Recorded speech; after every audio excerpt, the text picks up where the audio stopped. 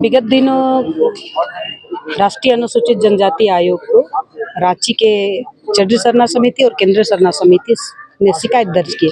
उन शिकायत के अनुसार हमने सरकार को भी नोटिस भेजे थे और राष्ट्रीय अनुसूचित जनजाति आयोग ने रांची की सिमटोली फ्लाईओवर रैंप विवाद से जुड़े मुद्दे पर संज्ञान लिया है। इस संबंध में आयोग की सदस्य आशा लाकड़ा ने आज सिमटोली शरण स्थल का जायजा लिया और स्थानीय लोगों ने इस मुद्दे पर बातचीत की। मौके पर राज्य की पूर्व मंत्री गीता श्री उरांव और बीजेपी की आरती कुजूर समेत बड़ी संख्या में शरणा समाज के लोग और स्थानीय लोग मौजूद थे। राष्ट्रीय अनुसूचित जनजाति आयोग के सदस्य को अपने बीच पाकर लोगों ने भी रैंप विवाद से जुड़े सभी पहलुओं को विस्तार से सबके सामने रखा। इस संबंध में आयोग की सदस्य आशा लाकड़ा और सरकार के बीच एक महत्वपूर्ण बैठक होने वाली थी, जो अप्रिय कारणों से स्थगित हो गई। शरणा स्थल पर पत्रकारों से बातचीत में आयोग के सदस्य आशा लाकड़ा ने कहा कि काफी गंभीर मुद्दा है, आने वाले 2 दिन में इस मुद्दे पर राज्य सरकार से बातचीत होगी। आशा लाकड़ा ने कहा कि सामान्य दिन में जब लोगों को शरणा स्थल आने जाने में रैंप की वजह से दिक्कत हो रही है, ऐसे में सरहुल के दौरान बड़ी संख्या में लोग कैसे जुलूस में शामिल हो सकते हैं। विगत दिनों राष्ट्रीय अनुसूचित जनजाति आयोग को रांची के चड्डी सरना समिति और केंद्रीय सरना समिति ने शिकायत दर्ज की।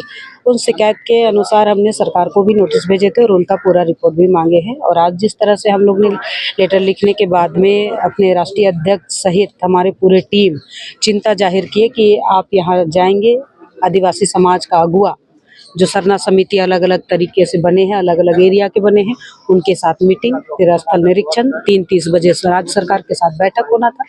लेकिन किसी अपरिहार्य कारण बता करके राज्य सरकार ने कल बताया कि ये बैठक आज नहीं हो पाएंगी, हमें 2-3 दिनों का समय दिया जाए ताकि हम आगे बैठक कर पाएंगे। तो उनको हमने समय भी दिया है और अपने समाज के साथ जो अनुसूचित जनजाति के अलग अलग सरना समिति, पढ़ा समिति और अन्य समिति, केंद्रीय सरना समिति, ऐसे तमाम समिति के साथ में बैठक किया।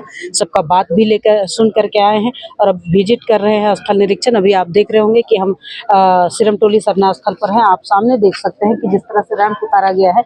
तो आज हम थोड़ी संख्या में हमारे पूरा सरना समिति के लोग हमारे साथ आए हैं। वो घुसने में उनको दिक्कत हो रही है। जब हमारा सरहुल का प्रोसेशन चलता है तो लाखों की संख्या में आती है। उनका वाद, नृत्य, गायन, शोभा यात्रा में अलग अलग तरीके से डिजाइन करके लोग लेकर झांकियाँ आती है। वो सब आने में बहुत दिक्कतें आएंगी।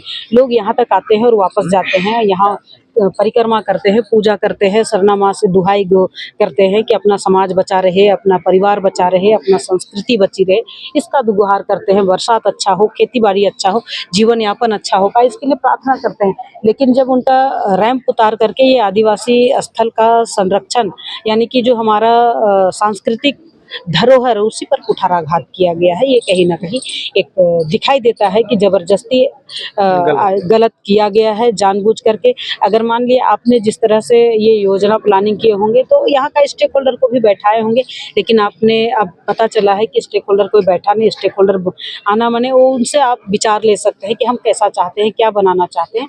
तो देख करके भी लगता है कि आदिवासी को क्या समझते हैं लोग, जिन्होंने इस राज्य को बचाने में, जिन्होंने इस राज्य को करने में महत्वपूर्ण भूमिका निभाई। चाहे हम भगवान बिरसा मुंडा की बात करेंगे, सिद्धू कान्हू की बात करेंगे, सिंगी देई की बात करेंगे, फूलो झानो की बात करेंगे, वीर बुधू की बात करेंगे या तेलंगा खड़िया की बात करेंगे, जतरा टाना भगत की बात करें, हर लोग ने आंदोलन किया समय समय पर। जिस तरह से समाज के सांस्कृतिक धरोहर में, समाज के प्रति किसी तरह का कोई भी कुठाराघात हुआ है, उस समय लोग आंदोलन किए हैं। तो आज का नया पीढ़ी है, लोग चाहते हैं नए तरीके से हो। देश दुनिया सबने देखा है, हमारा समाज बचेगा, हमारा जो पहचान है हमारा सरना स्थल से, तो पहचान ही मिट जाएगा तो आदिवासी रहेंगे कहाँ।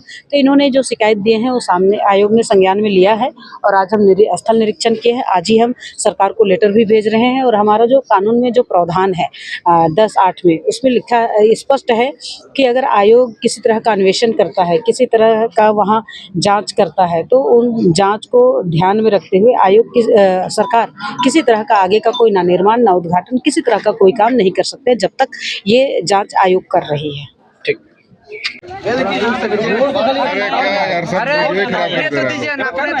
अरे पूरा नापने तो दीजिए भाई। आप लोग भाई आप लोग बीच से हट जाइए ना। करने में दिक्कत, हर चीज में दिक्कत। झंडा लगा हुआ था, झंडा भी उखाड़ दिया गया। गैर कानूनी तरीके से रातों रात में खड़ा है। पहाड़ के द्वारा पूजा करवा के ही गाड़ा गया था ये झंडा। झंडा और उसका बकायदा वीडियो है, वीडियो भी है हटाते हुए, हाँ सब कुछ। किस तरह से रात के अंधेरे में ये सब पुलिस प्रशासन पुलिस हटवाया है मैडम। पुलिस वर्दी आगे ना बढ़े बोल के हम लोग का सामान का था कि ये फ्लाईओवर ना आगे जाके उतरता तो अपना उधर भी हो जाता है, अपना हम लोग का भी काम हो जाता है। फिर हम लोग कुछ इंजीनियर लोग से भी बात किए, तो लोग बोले थे कि 2 पिलर हटा के ऊपर ऊपर ले जाएगा तो कोई दिक्कत नहीं है। तो बोल ही रहे थे वो टेक्निकल जो होगा विषय तो होगा ही। चलिए लेकिन वहाँ पर ऐसा बोला जा रहा है कि इस तरह का कुछ हो ही नहीं सकता। अब तो ये देखने से पता चल रहा है ना जी, एक तरह से रोका गया है। रोका गया है, दिख रहा है।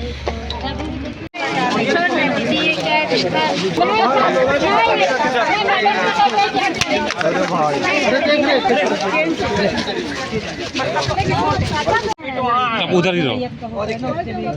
12-13 फीट का खाली रोड यहाँ से 13 फीट कितना फीट है? 13 फीट मतलब 3 फीट है। 10 फीट तो हम ही लोग का जमा बचा। 10 फीट हम लोग का 5 फीट ड्रेन सिस्टम